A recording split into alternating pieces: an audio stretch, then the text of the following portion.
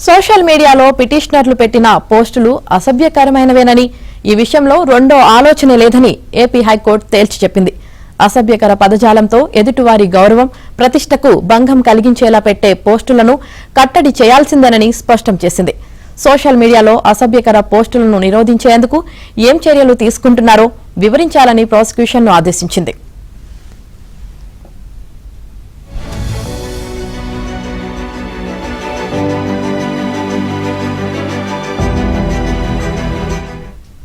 CM Chandrababu, deputy CM Pawan Kalyan, పలువురు మంత్రులు, వారి కుటుంబ సభ్యులపై అసభ్యకర, అనుచిత పోస్టులు పెట్టేలా వైసీపీ కార్యకర్తలను, సానుభూతి పరులను ప్రోత్సహించారనే ఆరోపణలతో వైసీపీ సోషల్ మీడియా పూర్వ ఇన్ఛార్జ్ సజ్జల భార్గవరెడ్డి, అర్జున్ రెడ్డి, మరికొందరు నిందితులపై వివిధ పోలీస్ స్టేషన్లో కేసులు నమోదయ్యాయి.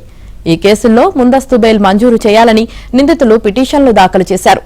ఈ పిటిషన్లపై విచారణ సందర్భంగా హైకోర్టు కీలక వ్యాఖ్యలు చేసింది.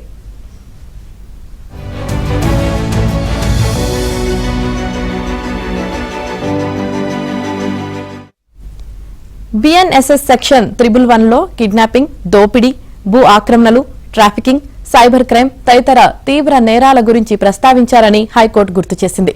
సోషల్ మీడియాలో అభ్యంతరకర పోస్టులు సైబర్ క్రైమ్తో ఎలా సమానమవుతాయో చెప్పాలని పీపీని హైకోర్టు ఆదేశించింది. నిందితులపై వ్యవస్థీకృత నేరం కింద కేసు నమోదు చేయడంపై వాదనలు వినిపించాలని పీపీకి స్పష్టం చేసింది.